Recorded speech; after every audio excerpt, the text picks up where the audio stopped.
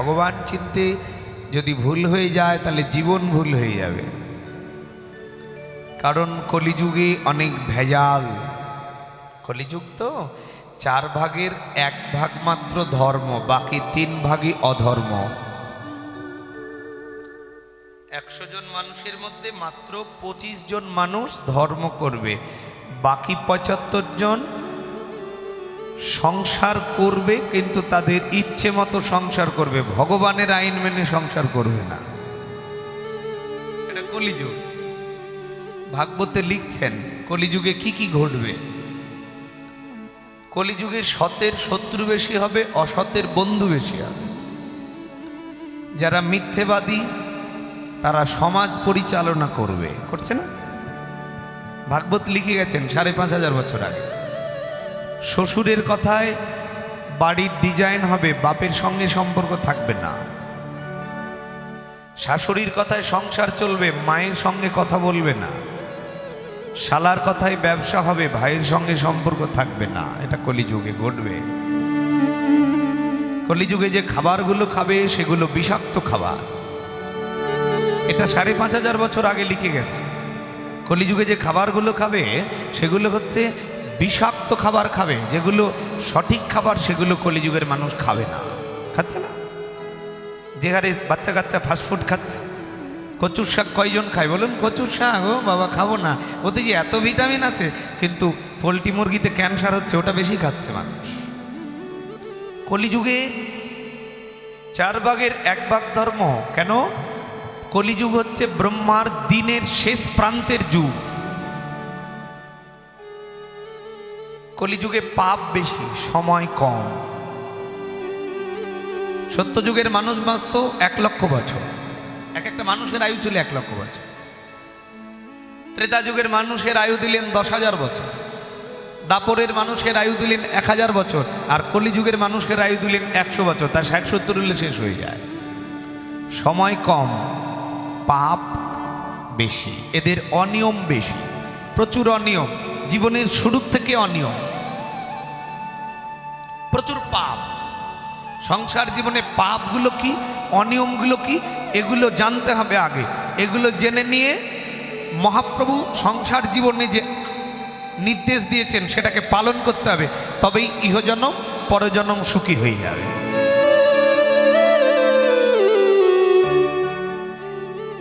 জনম দুইটা, এটা মেনে নিতে হবে। জাতশ্রী ধ্রুব মৃত্যু ধুবলং জন্ম মৃত্যুশ্চ তস্মাদ পরিহার্যর্থনম তম শৌচিত মহর্ষি। জেনে রেখো অর্জুন, যার জন্ম হয়েছে তার মৃত্যু হবে, যার মৃত্যু হবে তার আবার জন্ম হবে।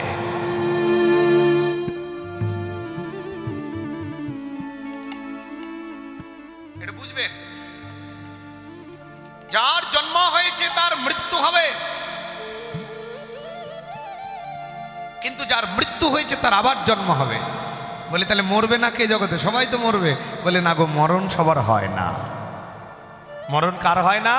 বললেন আব্রহ্ম ভুবনালক্ষ পুনরাবৃত্তি অর্জুন মাম পেত্তত কন্তীয় পুনর্জন্ম না বিদ্যাতে।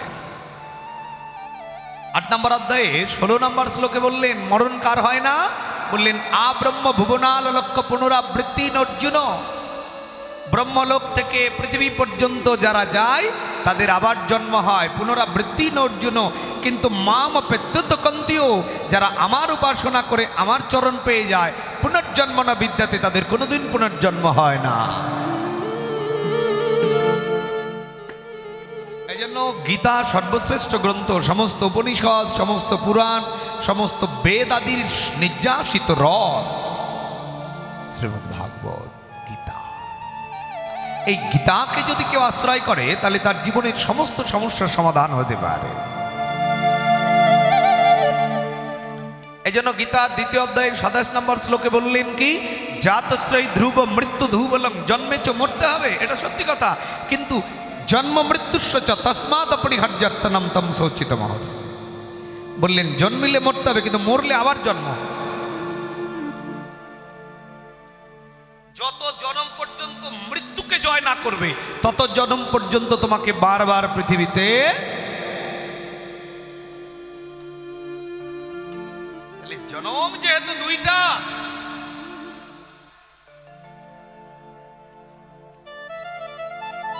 জনম যেহেতু দুইটা মা, তাহলে এই জনমের কথা যেমন তুমি চিন্তা করছো, তেমন পরের জনমের কথাও চিন্তা করতে হবে।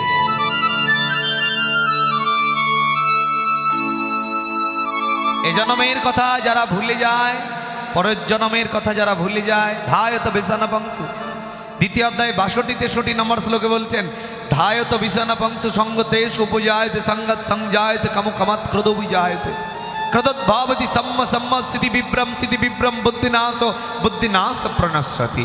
তোমরা বিষয়ের চিন্তা করতে করতে কামনা এত বেড়ে যায় যে তোমাদের বুদ্ধি নাশ হয়ে যায়, স্মৃতি ধ্বংস হয়ে যায়।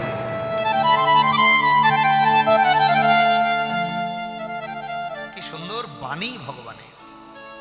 বললেন বিষয়ের চিন্তা করতে করতে মানুষ যেমন পাগল হয়ে যায়, পাগল হলে যেমন তার স্মৃতি ধ্বংস হয়ে যায়।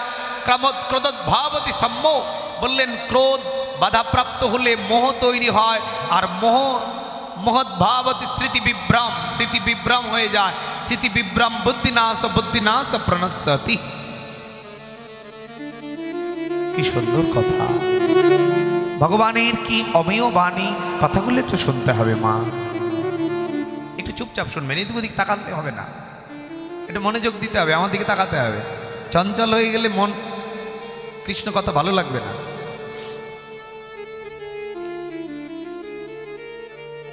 যখন কলির মানুষ সংসারবদ্ধতায় আকৃষ্ট, যখন মানুষ সংসারের নামে ইন্দ্রিয় তৃপ্তি করছে, বিবাহের নামে শুধু দেহ ভোগ করছে, বেদে বললেন বিবাহ করবেন কেন? দুটি কারণে বিবাহের অনুমোদন দেওয়া হয়েছে। এক, যুগল হয়ে যুগল উপাসনা করা, আর দুই, কৃষ্ণ ভক্ত সন্তান উৎপাদন। দুটি কারণে বিবাহের অনুমোদন দেওয়া হয়েছে বেদে। এক হচ্ছে কৃষ্ণ ভজন করা, যুগল হয়ে যুগল উপাসনা করা, আর দুই হচ্ছে কৃষ্ণ ভক্ত সন্তান উৎপাদন করা। ও মায়েরা, আপনার বাড়ির আশপাশে একটু খুঁজবেন তো এই দুটো কে কি করে সংসারীরা।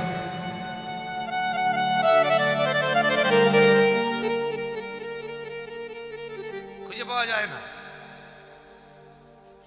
ব্রহ্মবৈবর্ত পুরাণে বলছেন, কোন মানুষ যদি একসঙ্গে স্বামী স্ত্রী এ জন্মে ভজন করে মরতে পারে, কৃষ্ণ ভজন, তাহলে এ জন্মে তারা স্বামী স্ত্রী, ভগবানের কাছে গিয়ে তারাই স্বামী স্ত্রী রূপে থাকবে।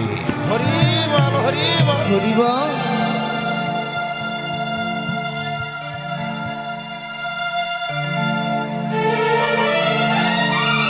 পাওয়া যাচ্ছে এরকম?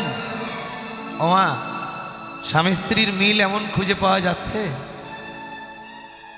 পুরাণে বলছেন, কেউ যদি স্বামী স্ত্রী একসঙ্গে ভজন করে মরে, তাহলে এ জন্মে তারা স্বামী স্ত্রী, ভগবানের কাছে গিয়েও তারাই।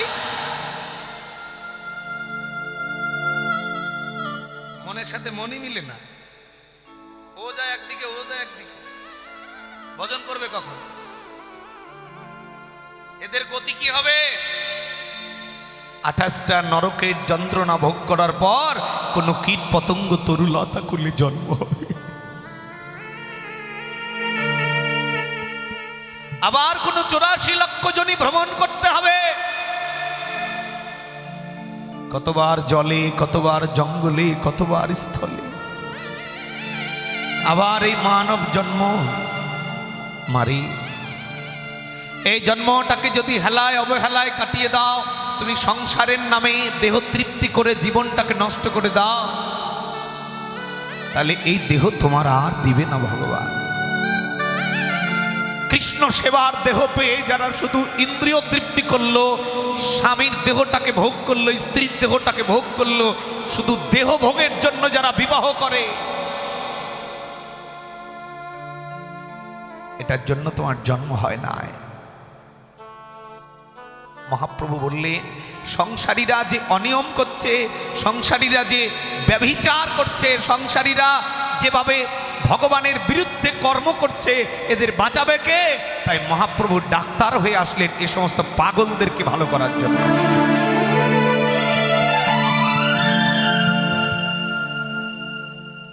একজন বৈষ্ণব কবি লিখছেন,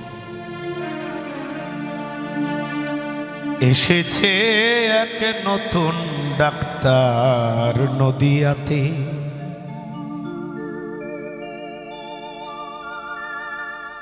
ডাক্তার রোগীর কাছে পরিচিত শ্রী গৌরাঙ্গ নামেতে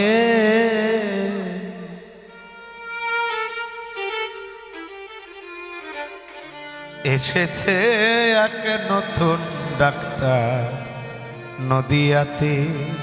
কথাগুলো শুনবেন। গোলক হতে FRCS পাশ করার পর জীবের ভবব্যাধি সারার ঔষধ জগতে করলে না আবিষ্কার। যারা ভবব্যাধিগ্রস্ত মানুষ, যারা ভবের মায়ায় পড়ে আছে, ভব রুগী, মহাপ্রভুর কাছে রুগী কারা? বলছে যারা জানে আমার বাড়ি, আমার গাড়ি, আমার নারী, আমার রূপ, আমার যৌবন, আমার কিচ্ছু নয়, তবু আমার ভেবে অহংকার করছে, এরা রুগী ভগবানের কাছে।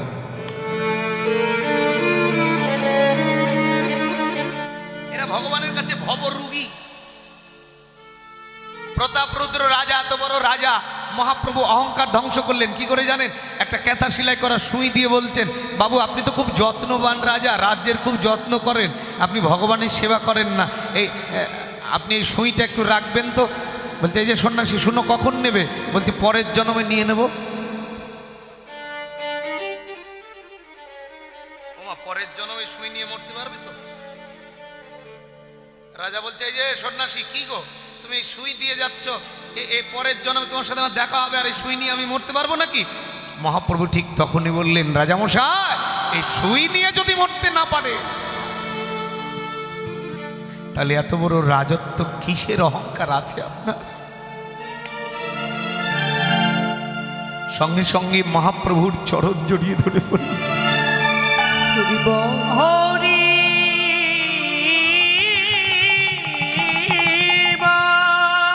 এই জগতে যতদিন পর্যন্ত পঞ্চ অহংকার থাকবে মানুষের হৃদয়ে, আমি বড় জাতি, বড় বিদ্বান, বড় রূপবান, হ্যাঁ, জাতি বিদ্যা রূপ যৌবন পণ্ডিত, সংসার করো, জন্মটাকে বুঝে নাও। সুখী হবার জন্য তুমি যে সংসারে ছটপট করছো, মানুষ আজ পর্যন্ত পৃথিবীর ইতিহাসে চির সুখী, সারা জন্ম সুখী, চারিদিক দিয়ে সুখী একটা মানুষ বের করো দেখি, সাধু ব্যতীত। তুমি জানোই না সংসারটার মানেই বুঝো না, জীবনটার মানেই বুঝলে না। তাই বললেন গোলক হতে FRCS পাশ করার পর জীবের ভবব্যাধি সারার ঔষধ মহাপ্রভু করলেন আবিষ্কার। জীবের পাপ তাপ জ্বালা যাবে দূরে, জীবের পাপ তাপ জ্বালা যাবে দূরে, জীবের পাপ তাপ জ্বালা যাবে দূরে, ওই কৃষ্ণ নামের এক ট্যাবলেটে এসেছে এক নতুন ডাক্তার নদিয়ার মাঝে। এসেছে এক নতুন ডাক্তার এই নদিয়ার মাঝে। ভেবে চিনতে ডাক্তার বাবু খুললেন হাসপাতাল, নবদ্বীপে একটা হাসপাতাল খুললেন মহাপ্রভু। সেথায় ভর্তি করলেন দীন দুঃখী নাস্তিক মদ মাতাল। মহাপ্রভুর হাসপাতালে রুগী কারা মা? যারা দীন দুঃখী নাস্তিক মদ মাতাল, এদেরকে হরি নাম দেওয়ার জন্য মহাপ্রভু হাসপাতাল খুললেন। সেথায় আচণ্ডালে ধন্য হলো, সেথায় আচণ্ডালে ধন্য হলো আমার ওই ডাক্তার বাবুর সেবাতে। এসেছে এক নতুন ডাক্তার নদিয়াতে, এসেছে এক নতুন ডাক্তার নদিয়াতে।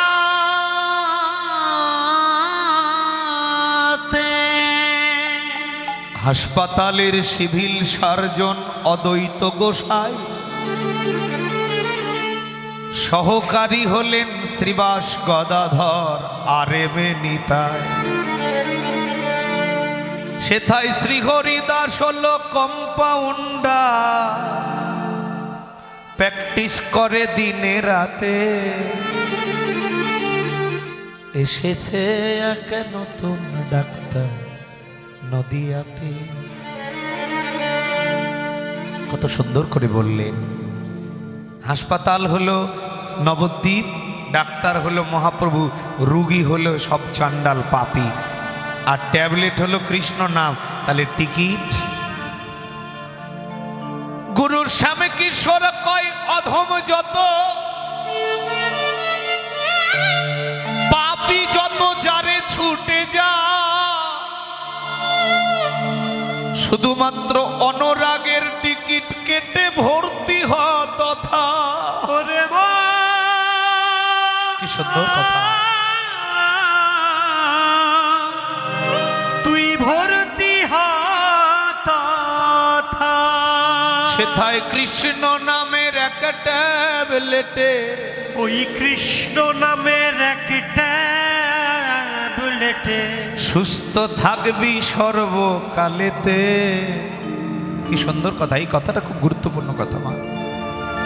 কৃষ্ণ নামের একটা ট্যাবলেট যদি তুমি বিশ্বাস ভক্তি প্রেম অনুরাগ দিয়ে খেতে পারো, তাহলে তোমার ইহজনম সুখী, পরজনমেও সুখী।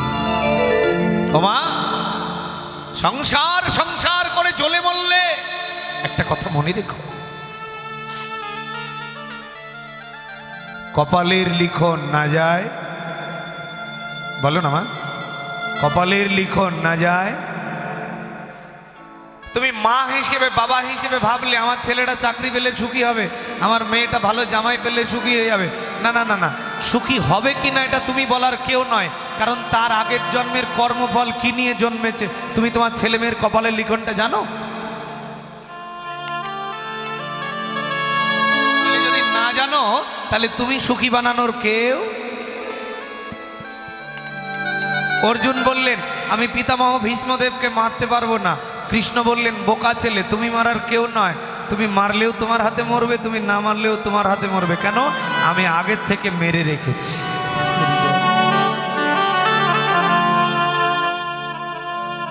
কি সুন্দর কথা, এই কথাগুলো সংসার জীবনে কাজে লাগাতে হবে মা। একটা মেয়ের বিয়ে দিল ঢাকা শহরে, 12টা বাড়ির মালিক, 6 বছর সংসার করেছে, একটা ছেলে একটা মেয়ে হয়েছে, স্বামী প্যারালাইসিস হয়ে পড়ে গেল, 19 বছর থেকে পড়ে আছে। অনেক দেশের ডাক্তারের কাছে গেছে, ভালো হয়নি। কেন? ভগবান বললেন কারো যদি আগের জন্মের কর্মফল খারাপ থাকে, ওটা যদি কপালে লেখা থাকে, তাহলে ওটা পৃথিবীর কোনো ডাক্তার নেই ভালো করতে। যদি কর্মফলের প্রারব্ধ কর্ম ডাক্তার ভালো করতে পারতো, তাহলে পৃথিবীর বড় লোক মানুষগুলো হাসপাতালে পড়ে থাকতো।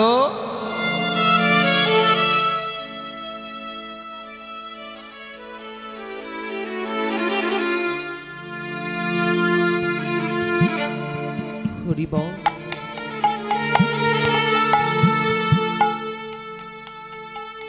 পৃথিবীর কোনো ডাক্তার নেই প্রারব্ধ কর্ম মাপ করতে পারে। পৃথিবীর কোনো মা নেই যে কপালের লিখনটা চেঞ্জ করতে পারে। পৃথিবীর কোনো বাবা নেই যে কপালের লিখনটা চেঞ্জ করতে পারে। হরি বল। তুমি ঘুমের বড়িকে ঘুমাচ্ছ মেয়ের টেনশনে, ব্রেন স্ট্রোক করে মরছো। তুমি স্ট্রোক করলেও যা ঘটবে, তুমি স্ট্রোক না করলেও তাই ঘটবে। তুমি চেঞ্জ করার কেউ নয়, তুমি সুখী বানানোর কেউ নয়। মহাপ্রভু বললেন কারো যদি কপালে খারাপ কিছু লেখা থাকে, ও যদি শিশুকাল থেকে কৃষ্ণ নাম করে, তাহলে আমি ভগবান ওই 12 বছরটাকে কমিয়ে 12 ঘন্টা দিয়ে আমি মাফ করে দিতে পারি কৃষ্ণ নামের গুণে। হরি বল, হরি বল। হরি বল। একমাত্র কৃষ্ণ নামের গুণে ক্ষয় হয়ে যেতে পারে প্রারব্ধ কর্ম। কৃষ্ণ নাম বৈষ্ণব সেবার গুণে মুছে যেতে পারে তোমার আগের জন্মের কর্মফল। কেন রে মা? কারণ জন্মেছি যে আমরা কর্মফল নিয়ে রে মা। পাপ না করলে কারো জন্ম হয় না রে মা। এ পৃথিবীটা পাপের প্রায়শ্চিত্তের জায়গা। এটা এটা এটা জেলখানা। আমরা তার কয়েদি। আমরা পাপ করেছিলাম, এই জন্য প্রায়শ্চিত্ত করবার জন্য সংসার নামক জেলখানায় জন্ম মৃত্যু জরা ব্যাধি জ্বালা যন্ত্রণা দিয়ে পাঠিয়েছি। যা। গীতার 2য় অধ্যায়ে 14 নম্বর শ্লোকে বলেছেন, মাত্রা স্পর্শস্ত কন্তি ও শীত স্নৌ সুখ দুঃখদা আগাম পাইন ওয়ানিত্যতং তিতিস্ক ভারত। সব সহ্য করে যদি আমার উপাসনা করে আসতে পারিস তাহলে বেঁচে যাবি। আর যদি সংসারের সুখ পেয়ে আমাকে ভুলে যাস তাহলে জন্ম জন্মান্তর ঘুরতে থাকতেই হবে। ও মা, জন্ম জন্মান্তরের পাপ ক্ষমা হয়ে যায় কৃষ্ণ নামের দ্বারা। কপালের লিখন চেঞ্জ করার জন্য ছটপট করবা হবে না। গান্ধারী ছটপট করেছিল, হয়নি ক্ষমা, 100 পুত্র হারা হতে হয়েছিল। গতকাল কি খেয়েছেন বলতে পারবেন না, গান্ধারী 50 জনমের কথা বলতে পারত। গত 50 জনমে কি কি করেছে সব বলতে পারত, তবুও তার পাপ ক্ষমা হয়নি। মারি, সবাই যে আমরা দুটো ফল নিয়ে জন্মেছি, ভালো ফল ছিল এই জন্য ভালো মানুষ হয়েছি, আর খারাপ ফল আছে এই জন্য সংসারে জন্মেছি। হরি বল।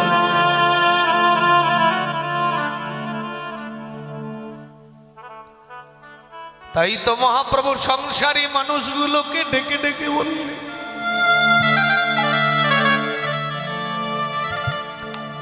একবার আই ফিরে আই, বেলা চলে যা।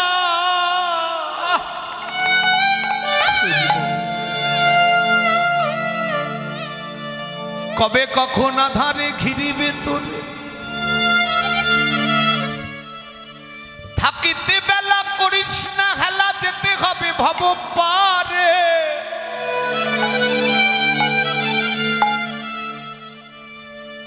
চুরাশির পর পেয়েছ সাধের মানব জন,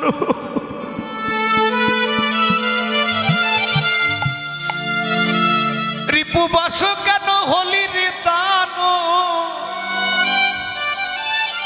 ভোগ বিলাসে কাটালি জনম, আগুন দিলি সুখের ঘরে। ওরে অবুঝ মন কেন অকারণ গুয়াইছ দিবারাতি, কেন সুজনে তেজিয়া কুজনের লইয়া কুরবে রয়েছ মাতি। আপন ভাবিয়া আপন তেজিয়া আপন করিলি পর, আমার আমার করি আপনা পাশরি, না চিনিলি নিজ ঘর। ও মানুষ, তুমি যে ঘরটাতে ঘুমিয়ে আছো, টাইলস বসানো ঘর, ওই ঘরে তোমার চিরজনম থাকা হবে না। যে ঘরে যত্ন করেছো ওই ঘরে থাকা হবে না। যে ঘরে যত্ন করলে জন্ম জন্মান্তর ভালো থাকতে, সে ঘরের যত্ন বাদ দিয়ে তুমি 50 বছরে থাকার জায়গাটাকে যত্ন করলে। হরি বল। তাই তো মহাপ্রভু বললেন গো, আপন ভাবিয়া আপন তেজিয়া আপন করিলি পর। ও মানুষ, তুমি যে ছেলেটার যত্ন করছো, ওই মেয়েটার যত্ন করছো, তুমি মৃত্যুর পরে কোনো ছেলে মেয়ে বলবে না আমার বাবা মা আমার জন্য অনেক পরিশ্রম করেছে, আমার বাবা মার কিছু পাপ আমাকে দিয়ে দাও। বলবে নাকি কেউ? এ মা, কোনো ছেলে কোনো মেয়ে বলবে আমার বাবা মার পাপ আমাকে দিয়ে দাও? হরি বল। কেউ বলবে। যার যত্ন করেছো সে তোমার পাপের অংশ নিবে না, কিন্তু যার যত্ন করলে তোমার পাপ ক্ষয় হতো তার যত্ন তুমি একবার করলে না।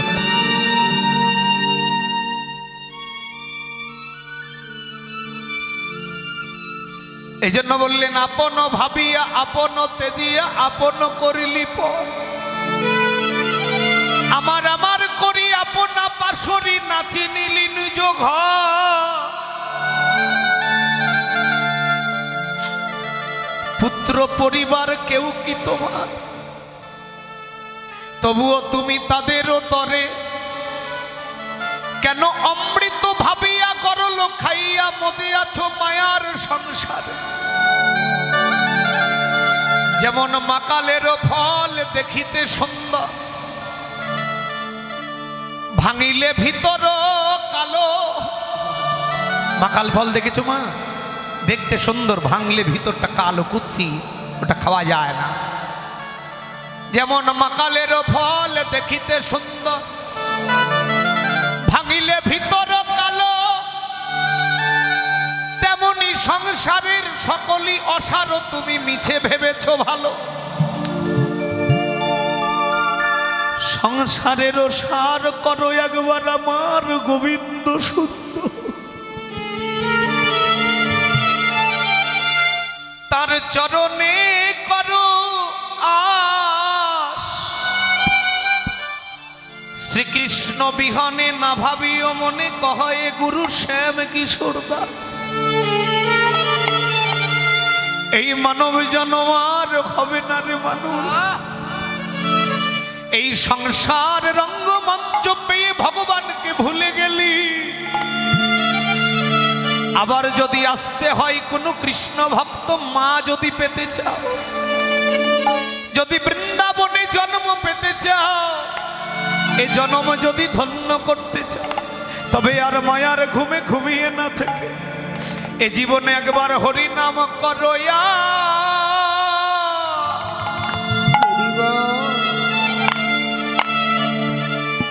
তোমরা বৈষ্ণবের চরণ সেবা একবার সেবা করো,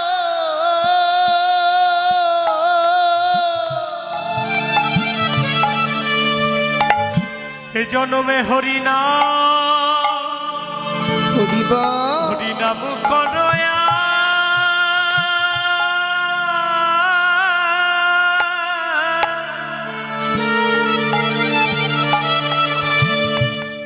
হরিনাম করো আর বৈষ্ণবের চরণ সেবা।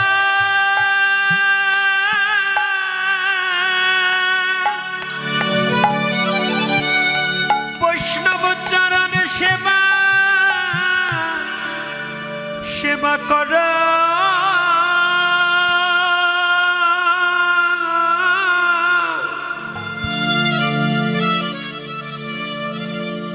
ওদের সাধের মানব জন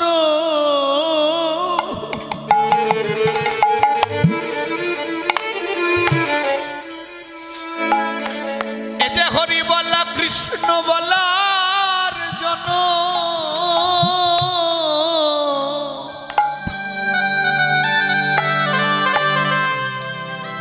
এই জন্য একবার হরি নাম করো।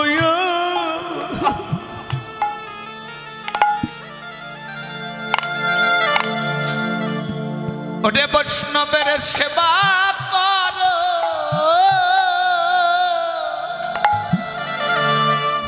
সাধের মন নিতাই গৌর হরিবা।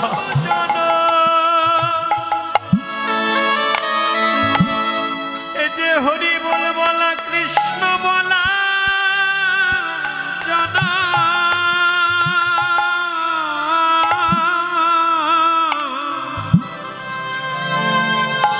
জনমে হরি নাম করয়া।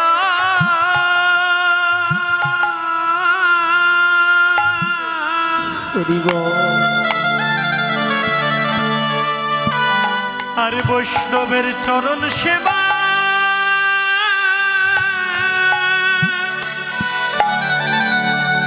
চরণ সেবা করা।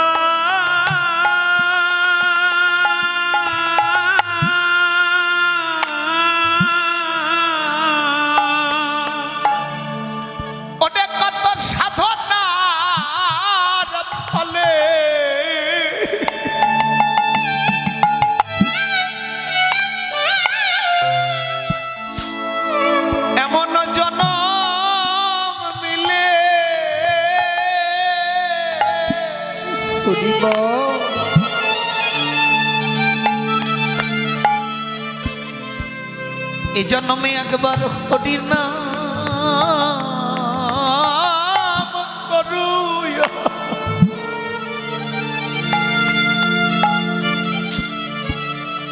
ওরে বৈষ্ণবের চরণের সেবা করো, কত সাধনা ফলে নিতাই গৌর হরিব। এমন সাধের মানব জন্ম মিলে সে গো হরি বল এই জন্মে হরিনাম কনয়া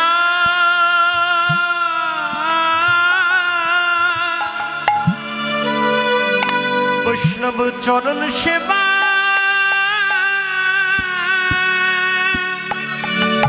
চরণ সেবা কর।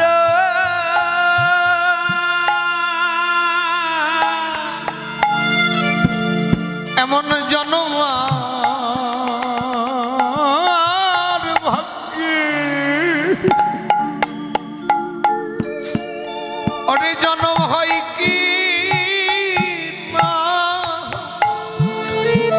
বৈষ্ণবের চরণ ধুলি মেখে জন, এ জন্ম ধন্য কর। এমন জন্ম আর ভাগ্যে তোমার হয় কি না ধুলি মেখে জন ধন্য কর। ওটা কত সাধনার ফলে এমন জন্ম মিলে একবার হরি নাম করে জন্ম ধন্য কর। কত সাধনার ফলে জনম মিলে নাম করে জন ধন্য কর। সাধনার ফলে জনম মিলে নাম করে জন ধন্য কর। নিতাই গৌর হরিবা। ফলে এমন জনম মিলে হরি নাম করে জন ধন্য কর। সাধনার ফলে জনম মিলে নাম করে জন ধন্য কর। সাধনার ফলে এমন জনম মিলে এ জনমে হরি নাম করয়া বৈষ্ণবের চরণ সেবা সেবা করা। আমার এই দাদা আমার অনেক কীর্তন সেরেছে বাবা। আমার এই কীর্তন মিডিয়া 10 লেখলে বহু কীর্তন, আমার কীর্তন অন্যান্য কীর্তন বাউল গান, কবি গান, শব্দ গান, লীলা কীর্তন, নাম কীর্তন অনেক কিছু পাবেন। আপনারা এই চ্যানেলটা সাবস্ক্রাইব করবেন, এটা আমার অনুরোধ। আমার ইউটিউব চ্যানেলে কি এই যে কীর্তন মিডিয়া দাদা খুব ভালো দাদা আছে, সবাই চলে গেলে এটা যাবেন, এটা থাকবি খুব ভালো। এনার চ্যানেলে ভালো ভালো কীর্তন আছে, কীর্তন মিডিয়া 10 লিখবেন, অনেক কীর্তন আসবে, আপনারা শুনবেন। আমাদের অনেক কীর্তন ছাড়া আছে। কীর্তন মিডিয়া 10 সকল সনাতন ধর্মে যত বড় বড় কীর্তনীয় আছে কীর্তন হয়েছে নাম কীর্তন লীলা কীর্তন। এই যে কীর্তন মিডিয়া এই চ্যানেলটি সকল কীর্তনীয়দের কীর্তন এই ইউটিউব চ্যানেলে পাবেন আপনারা। সনাতন ধর্মীয় অনুষ্ঠান ইউটিউব চ্যানেল কীর্তন মিডিয়া আপনারা সাবস্ক্রাইব, নতুন নতুন কীর্তন আপনারা সাবস্ক্রাইব করবেন এবং অষ্টকালীন নীলা কীর্তন, গীতা পাঠ, মহানাম যজ্ঞ অনুষ্ঠান, এক নাম নীলা কীর্তন আপনারা সকলেই ওই চ্যানেলে সাবস্ক্রাইব করবেন। গীতা পাঠ, ভাগবত পাঠ সকল কিছু এই চ্যানেলে দেখতে পাবেন এবং সকলেই দেখবেন এবং বেশি বেশি করে শেয়ার করবেন, যেন সকলের মাঝে দাদা আরো ভালো ভালো কীর্তন আপনাদেরকে উপহার দিতে পারে। কীর্তন মিডিয়া সকল ভক্তগণই এই চ্যানেলটি দেখবেন। হ্যাঁ। গৌর হরি বল। হরি বল হরি বল। হরি বল, হরি বল।